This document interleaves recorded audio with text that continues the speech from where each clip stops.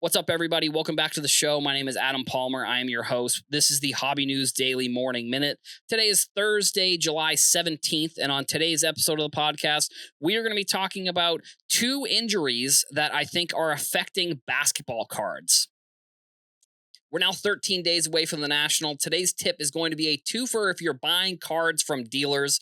First is going to be don't interrupt the dealer if they are in the middle of a conversation with somebody else. You don't want to be rude. Also, know the prices of some of the cards you're looking to buy. You can save a lot of time by doing this, and the dealer might even give you a little bit of a discount or a deal if you know exactly what you're looking to pay versus having to spend time looking the cards up on eBay or Card Ladder or wherever you're looking up the comps for some of the cards you want to buy. So on today's episode, we pretty much have one topic. It's about two players, but it is about injuries and the upcoming seasons. Well, upcoming season for one, middle of the season for another. It is going to be that there was some good news in the NBA world. Victor Wembanyama has been cleared to play next season. Last year, he was out with a blood clot in his shoulder, which is still very scary. And then the other news, which I'll kind of be talking about maybe the individual players as we go along in the episode, but it's going to be about Caitlin Clark as well.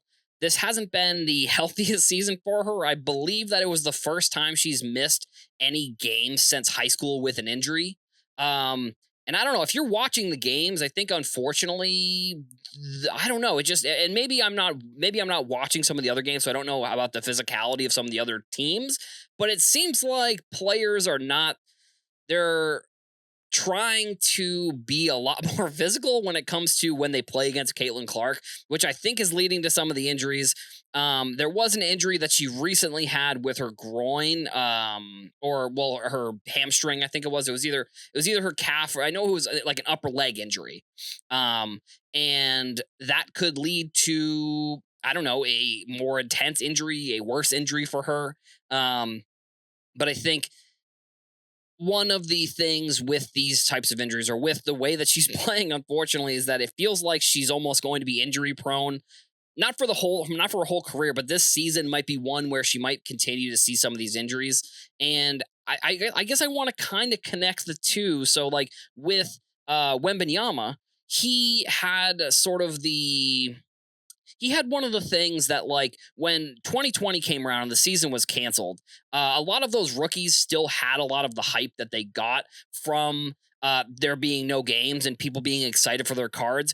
Wembanyama was having rookie of the year in his first year and was having a pretty good second season up until that injury. So again, he is going through sort of a area of his career where there's still a lot of hype around him and he may go on and be one of the best players in the league, but I don't know, time will still tell if that's really the case and what his trajectory really is. I think Caitlin Clark, it's really hard to argue that she's not one of the best players in the WNBA, but I think overall there are a couple different things here when it comes to the pricing of cards, because I think there are tons of players in both leagues that are good, but their prices don't really reflect how good they are. And I know we're kind of comparing it to another sport here, but for baseball, like Cal Raleigh, his prices have gone up pretty significantly. It looks like he potentially halfway through the season could be like an AL MVP type candidate. But again, players who are good, sometimes their prices don't really translate to the high prices. And it kind of, if you're a pitcher or whatever in the MLB, that's also very different. But I think when it comes to Clark versus Wembanyama, I still think that Clark is a pretty decent buy right now. I have seen some sentiment, and this is sort of one of the points I'm going to try and make here with Clark, is that as there are more injuries, if she can continue the rest of the season without any more injuries, I don't think you really have to worry about this. But I think one of the things you probably are going to see online over the next couple months is like people saying that they're going to be selling their Caitlin Clark cards. I've seen it already a couple times where people are saying that they are getting rid of their collection, which I think, overall I think is fine if you are selling a player that has good pricing. That's always going to be a good thing.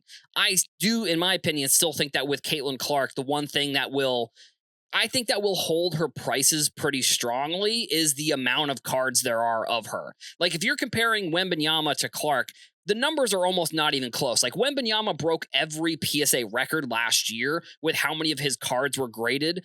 And I think we are going to see from last year to this year, we're going to see a jump in the WNBA production of how many cards there are. I think with Paige Beckers, that's obviously going to be another huge rookie. I think either next year or the year after, we're also going to have Juju Watkins, who was a freshman a couple years ago, played against Caitlin Clark in the NCAA tournament. But I think like when you're comparing Clark versus Wembanyama, that is one of the things. It's the production of how many cards there actually are is why I think that like Clark's cards are probably a little bit of a better buy than Wembanyama's cards. And you know, I think ultimately it's a decision that you have to make yourself. But I think the amount of like Prism PSA 10s or just the amount of Prism in general for Caitlin Clark versus Wembanyama is off the chart. His Prism card is like the most graded PSA card of all time for sports. So I think if you look at that statistic, it's really hard to argue that Wembanyama would be a good buy, I guess. I mean, if you believe in his talent, then that may be a chance for you to buy. But also the modern market for basketball, or just the modern market for basketball, I think you got to be flipping these rookies. I even Wembanyama, in my opinion. I think that if you are buying and selling, or if you're just buying, I think that you have to be ultimately always with a short-term plan involved with the selling of these cards. I just think that with Wembanyama, for another just perfect example, is like, you never know what could happen. This injury could come back. A blood clot is not like a broken leg or something where you can recover. You obviously do recover, but it's not like it's one where it's like, it's just going to go away forever. You know, obviously, hopefully it does.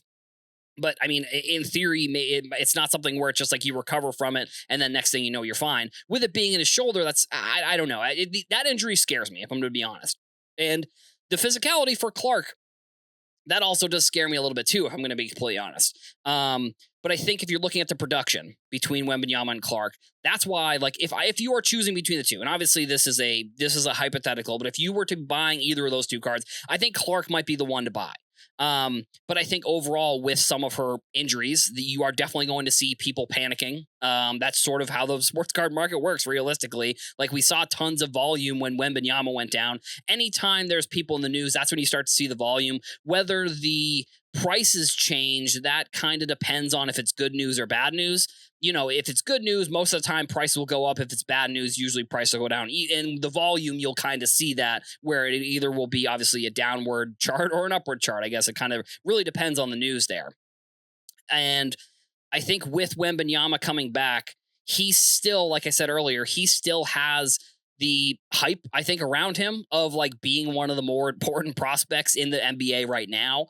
I think Cooper Flag is, and this will be sort of the interesting thing as Topps comes in and makes their cards. Like, what is Cooper Flag going to do to Wembanyama's prices? Or what will the next prospect do to Wembanyama's price? I think ultimately that's always the kind of the thought process I have.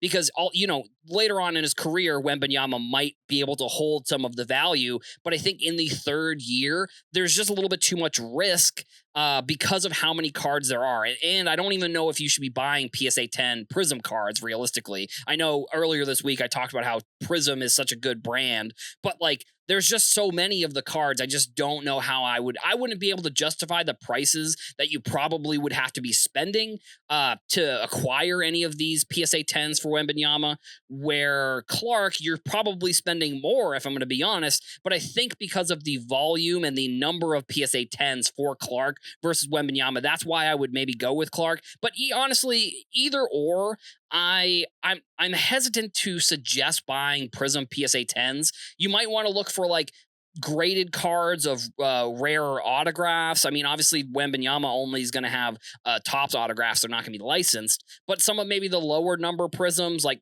or not lower number, but just numbered in general, I think is probably the way to go. You're going to spend more money, obviously, but the supply of those cards is definite. You don't have to worry about, you don't have to worry if you're buying a numbered parallel, a colored parallel in Prism. You don't have to worry about how many PSA 10s there are going to be of that card, because the base parallel has like over 25,000, 30,000 PSA 10s. But if you're buying one of the red numbered to, I think those are numbered to 99, or the blue numbered to 150, there's only 99 and there's only 50 of those cards. So that's where I would be looking into that. Same with any of the sports, honestly. If you're looking into baseball with flagship, that's another thing. I would be looking into the lower numbered parallels, not the base cards, because I think ultimately the base cards, they are not going to hold the value that they would for the parallels, because like I said, there's a definite number of the parallels, whatever color you're looking for, whatever number you're looking for,